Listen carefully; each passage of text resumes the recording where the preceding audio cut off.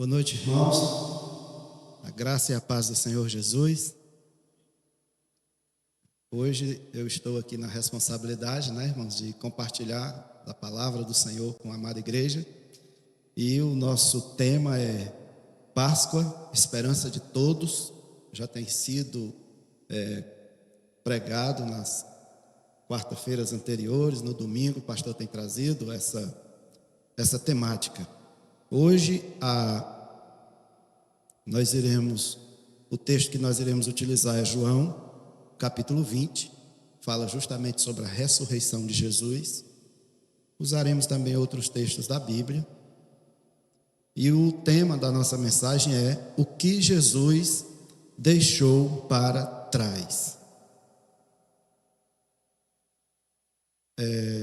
A Páscoa, irmãos, nós já temos estudado sobre esse assunto, Todos os irmãos aqui conhecem muito bem a história, como foi instituída a Páscoa, o que representa a Páscoa. A Páscoa é uma festa comemorada no mundo judaico, pelo povo judeu e também por toda a cristandade sobre toda a face da terra. Agora nós temos diferenças e é sobre isso que eu vou falar um pouco com os irmãos, porque a Páscoa judaica, ela representa a libertação de um povo. Foi instituída pelo Senhor como memorial eterno, para que o povo nunca esquecesse o que o Senhor fez, de como o Senhor tirou aquele povo do cativeiro egípcio e levou para a terra prometida, poupando a vida dos primogênitos, de todos aqueles que passaram o sangue do cordeiro imolado ali nos umbrais das suas portas. Então a Páscoa judaica, ela representa a libertação de um povo. E a Páscoa cristã? Aí, a Páscoa cristã, ela já representa, irmãos, a libertação de todo aquele que crê, sobre toda a face da terra. Não está mais limitado a apenas um povo. A palavra de Deus, lá no Evangelho de João, no capítulo 1, vai dizer que Jesus, ele veio para os seus, mas os seus não o receberam. Então, foi dado poder a todos aqueles que o receberem a serem feitos filhos de Deus, a saber, aqueles que creem no seu nome. Então, assim como a Páscoa judaica representa a libertação de um povo, em específico, a Páscoa cristã que nós comemoramos representa a libertação de todos os povos, de todos os que creem no nome de Jesus. Então, irmãos, João no capítulo 20, se os irmãos puderem acompanhar a leitura, nos diz assim: a ressurreição de Jesus. No primeiro dia da semana, Maria Madalena foi ao sepulcro de madrugada, sendo ainda escuro, e viu que a pedra estava revolvida. Então, correu e foi ter com Simão Pedro e o outro discípulo a quem Jesus amava, e disse-lhes: tiraram do sepulcro o Senhor, e não sabemos onde o puseram. Saiu, pois, Pedro e o outro discípulo e foram ao sepulcro. Ambos corriam juntos, mas o outro discípulo correu mais depressa do que Pedro e chegou primeiro ao sepulcro. E, abaixando-se, viu os lençóis de linho, todavia não entrou. Então Simão Pedro, seguindo, chegou e entrou no sepulcro. Ele também viu os lençóis e o lenço que estivera sobre a cabeça de Jesus, e que não estava com os lençóis, mas deixado no lugar à parte. Então entrou também o outro discípulo, que chegara primeiro ao sepulcro e viu e creu, pois ainda não tinham compreendido a Escritura, que era necessário ressuscitar ele dentre os mortos. E voltaram os discípulos outra vez para casa. Esse é o verso 10. Bom, irmãos, A história da ressurreição de Jesus é contada nos 4 evangelhos. E, sem dúvida nenhuma, a ressurreição é a coisa mais importante da cristandade. Porque Paulo chega a dizer: se Jesus não houvera ressuscitado, em vão ou vã seria a nossa pregação. Tudo que nós fazemos enquanto igreja, juntos ou separados, não valeria de nada. Mas nós sabemos, pela certeza que as Escrituras nos dão, que Jesus Cristo está vivo, que Ele ressuscitou com incontáveis provas e testemunhas, que Jesus Cristo, Ele é o mesmo, hoje, ontem e eternamente, que em Jesus não há variação de mudança. Ele continua sendo manso e humilde de coração, que ama o pecador, mas que abomina o pecado. Ele não muda. A ressurreição é tão importante para nós que, por meio da ressurreição, irmãos, é que nós temos acesso ao Pai. Se Jesus não tivesse ressuscitado, como poderíamos chegar até Deus?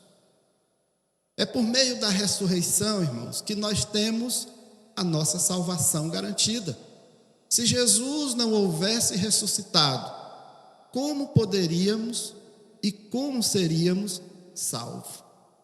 Se Jesus não tivesse ressuscitado, nós não poderíamos dizer que temos nele a vida eterna. Então, a ressurreição de Jesus é algo que vai mudar para sempre toda a vida na face da terra. Porque todo aquele que ouve falar de Jesus, todo aquele a quem Jesus é anunciado, ele há de tomar uma decisão. Ou ele aceita Jesus, ou ele rejeita Jesus. Mas não pode ficar sem tomar a sua decisão. E a Bíblia, a palavra de Deus, ela é um grande convite. Nela há um grande convite, um grande chamado ao arrependimento e um grande chamado ao pecador. Nós podemos lembrar de Adão quando pecou lá no Éden. Nós podemos ouvir a voz do Senhor chamando: Adão, onde estás? Essa voz ainda continua nos dias de hoje, porque Jesus, Deus, não muda. Ele continua chamando por cada um daquele que ainda está se escondendo, achando que pode fugir do Senhor, de alguma forma, como a semelhança de Adão ali atrás da moita. A palavra de Deus, ela vai avançando, e o Senhor sempre chamando. Em Isaías o Senhor diz: venham e vejam, se eu não faço com que os pecados de vocês, que é vermelho como a escarlata, fique branco como a mais alva lã. O Senhor continua chamando, e esse Senhor, esse mesmo Senhor que chamou no princípio, que chamou no meio, que chamou quando Jesus esteve na terra, Jesus disse: venham a mim, vinde a mim todos os que estáis cansados e sobrecarregados, e eu vos aliviarei. Ele continua chamando, ele está chamando até hoje. Apocalipse, que é o livro das revelações, que no seminário a gente estuda, que é a escatologia, não é, professor Eduardo? Que é o estudo das últimas coisas. Apocalipse, no seu finalzinho, vai dizer: vinde, venham a mim todos os que têm sede, e bebam de graça da água da vida. Veja que começa convidando, o Senhor começa chamando, e o Senhor finaliza a sua palavra convidando. É por meio da ressurreição de Cristo que nós temos acesso ao Pai. Sem a ressurreição, não havia esperança para o mundo. E eu gostaria que os irmãos abrissem as suas Bíblias em 1 Coríntios, no capítulo 15. Nós vamos ler um pouco aqui sobre ressurreição. 1 Coríntios 15 fala sobre a ressurreição de Cristo como sendo o penhor, quer dizer, a garantia da nossa ressurreição. 1 Coríntios 15 vai nos dizer assim: irmãos, venho lembrar-vos o evangelho que vos anunciei, o qual recebestes e no qual ainda perseverais. Por ele também sois salvos, se retiverdes a palavra, tal como vos-la preguei, a menos que tenhais crido em vão. Antes de tudo vos entreguei o que também recebi, que Cristo morreu pelos nossos pecados, segundo as Escrituras, e que foi sepultado e ressuscitou ao terceiro dia, segundo as Escrituras, e apareceu a Cefas e depois aos 12. Depois disto, foi visto por mais de 500 irmãos de uma só vez, dos quais a maioria sobrevive até agora, porém alguns já dormem. Depois disto, foi visto por Tiago, mais tarde por todos os apóstolos. E afinal, depois de todos, foi visto também por mim, como por um nascido fora de tempo. Porque eu sou o menor dos apóstolos, que mesmo não sou digno de ser chamado apóstolo, pois persegui a igreja de Deus. Mas pela graça de Deus sou o que sou, e a sua graça me foi concedida. Não se tornou vã. Antes trabalhei muito mais do que todos eles, todavia não eu, mas a graça de Deus comigo. Portanto, seja eu ou sejam eles, assim pregamos e assim crestes. Ora, se é corrente pregar-se que Cristo ressuscitou dentre os mortos, como, pois, afirmam alguns dentre vós que não há ressurreição de mortos?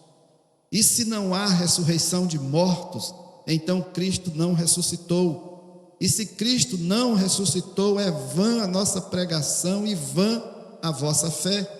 E somos tidos por falsas testemunhas de Deus, porque temos asseverado contra Deus que ele ressuscitou a Cristo, ao qual ele não ressuscitou, se é certo que os mortos não ressuscitam. Porque se os mortos não ressuscitam, também Cristo não ressuscitou. E se Cristo não ressuscitou, é vã a vossa fé, e ainda permaneceis nos vossos pecados. E ainda mais, os que dormiram em Cristo pereceram. Se a nossa esperança em Cristo se limita apenas a esta vida, somos os mais infelizes de todos os homens. Então veja que Paulo, irmãos, discorre muito bem sobre a garantia que nós temos na ressurreição de Jesus Cristo. Que todo aquele que crer no Senhor, assim como Deus ressuscitou Jesus dentre os mortos, o Senhor também ressuscitará todo aquele que crer no Senhor. Muitos são as pessoas que dizem assim: morreu, acabou. Eu creio que os irmãos já devem ter ouvido essa expressão. Mas não é assim. Quem pensa assim está enganado, está vivendo numa mentira, está seguindo os ditames de Satanás, que é o pai da mentira. A palavra de Deus nos garante que há uma ressurreição, e essa ressurreição, irmãos, não é apenas para os que creem em Jesus. Independente de se crê ou não, todos ressuscitarão. A diferença é que os que creem no Senhor Jesus ressuscitarão para a glória eterna, para sempre estarão com Ele nos céus. E os que não creram no Senhor, nem aceitaram o convite da salvação, ressuscitarão também, mas para a vergonha eterna. Estarão para sempre afastados do Senhor. É o que nos diz as Escrituras. Pela ressurreição de Jesus, todos os homens na face da terra têm essa oportunidade de vitória, principalmente nós os que cremos. A ressurreição, irmãos, de Jesus, ela é a causa pela qual nós podemos dizer que nós temos a vitória sobre o pecado. Que a palavra de Deus vai dizer que todos nós somos pecadores e todos estão distanciados de Deus, porque todos pecaram. E a palavra diz que o salário do pecado é a morte. Mas lá não tem um ponto final, tem uma vírgula que continua dizendo: mas o dom gratuito de Deus é a vida eterna em Cristo Jesus. E pela ressurreição de Jesus nós temos garantido a vitória sobre o pecado.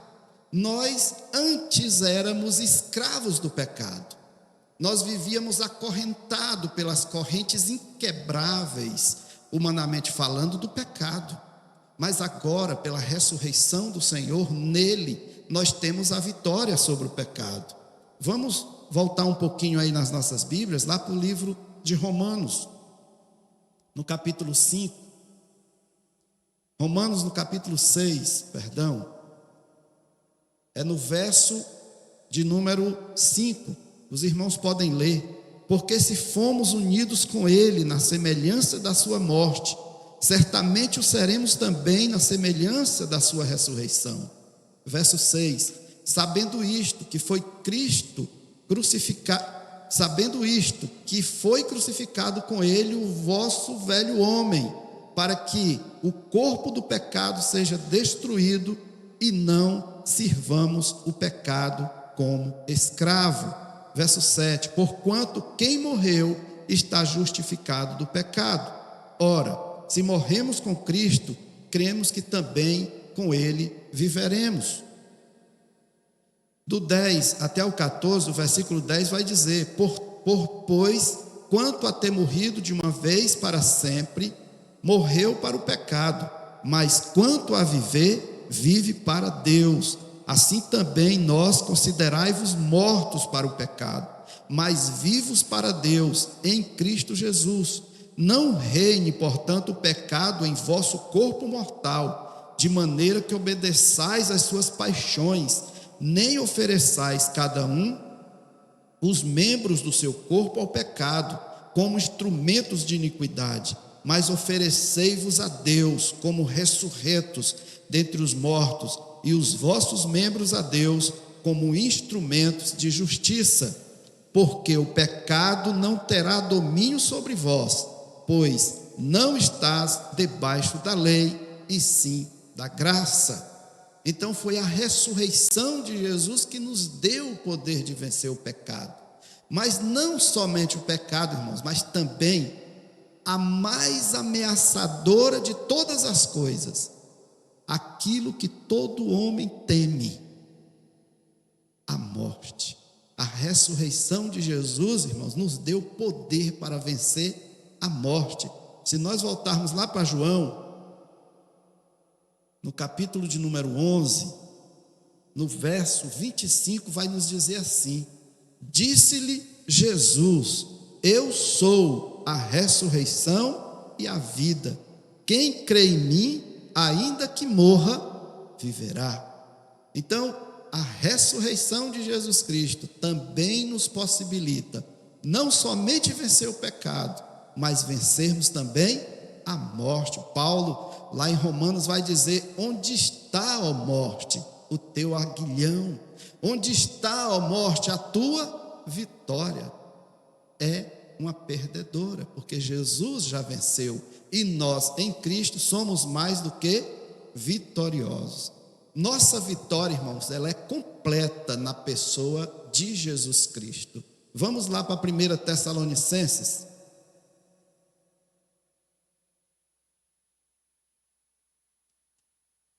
Primeiro Tessalonicenses, no capítulo 4, vamos ler do 13 ao 18. Não queremos, pois, irmãos, que sejais ignorantes com respeito aos que dormem, para não vos entristecerdes como os demais, que não têm esperança. Pois se cremos que Jesus morreu e ressuscitou, assim também Deus, mediante Jesus, trará em sua companhia os que dormem. Ora, ainda vos declaramos por palavra do Senhor, isto, nós, os vivos, os que ficarmos até a vinda do Senhor, de modo algum procederemos os que dormem. Portanto, o Senhor mesmo, dado a sua palavra de ordem, ouvida a voz do arcanjo e ressoada a trombeta de Deus, descerá dos céus e os mortos em Cristo ressuscitarão primeiro. Depois nós, os vivos, os que ficarmos, seremos arrebatados juntamente com eles, entre nuvens, para o encontro do Senhor nos ares, e assim estaremos para sempre com o Senhor. Consolai-vos, pois, uns aos outros com estas palavras. Então, irmãos, em Cristo, por meio da sua ressurreição, nós temos a vitória completa. E aí Paulo finaliza aqui, no verso 18, dizendo que nós devemos nos consolar um ao outro com essa certeza de que, se estamos no Senhor, mesmo que morramos, mas iremos ressuscitar com Ele. Irmãos, a ressurreição, ela traz uma renovação de esperança e de ânimo. O tema da mensagem é: o que ficou para trás? Muitas coisas o Senhor deixou para trás. Deixou um túmulo vazio, Muitos homens importantes que viveram, todos morreram, estão lá nos seus túmulos, seus restos mortais. Alguns porque nunca foi encontrado os túmulos onde foram sepultados, mas se fossem, estariam lá. Mas Jesus deixou um túmulo vazio e tantas outras coisas. Mas, não querendo me alongar muito, irmãos, a gente vê na internet, umas coisinhas que viralizam, aí tem lá o antes e o depois. Aqueles que gostam aí de ver as coisas de internet devem saber do que eu estou falando. Tem o antes e o depois, Também, antes da ressurreição, tinha um sentimento no coração das pessoas. Depois teve outro. Antes da ressurreição, o que tinha no coração, até mesmo dos discípulos, aqueles mais achegados, era medo. Tinha, irmão, medo. Ficaram com medo, Ora, se mataram Jesus, o que será de nós? Tinha desânimo, ficaram desanimados, pesarosos, Nós temos a história dos 2 discípulos no caminho de Emaús ali, desanimados, parece que tinham perdido as suas forças. A gente chega a sentir assim o peso daquele desânimo quando eles vão caminhando e conversando ali com Jesus. Também tinha no coração das pessoas o fracasso. Eles estavam se sentindo fracassados, era como se tivessem crido em vão. E agora, o que será de nós? Mas depois da ressurreição, irmãos, agora vem o depois. O que apareceu no coração dos discípulos e de todos os que creem no Senhor Jesus, inclusive nós, é coragem. Aqueles homens que se escondiam com medo até de uma empregada doméstica, não aqui desmerecendo, mas apenas para citar Pedro, na empregada lá da casa do sumo sacerdote, ficou com medo de declarar que era discípulo de Jesus. Agora tem ousadia, tem coragem no seu coração e pregou até para o próprio sumo sacerdote.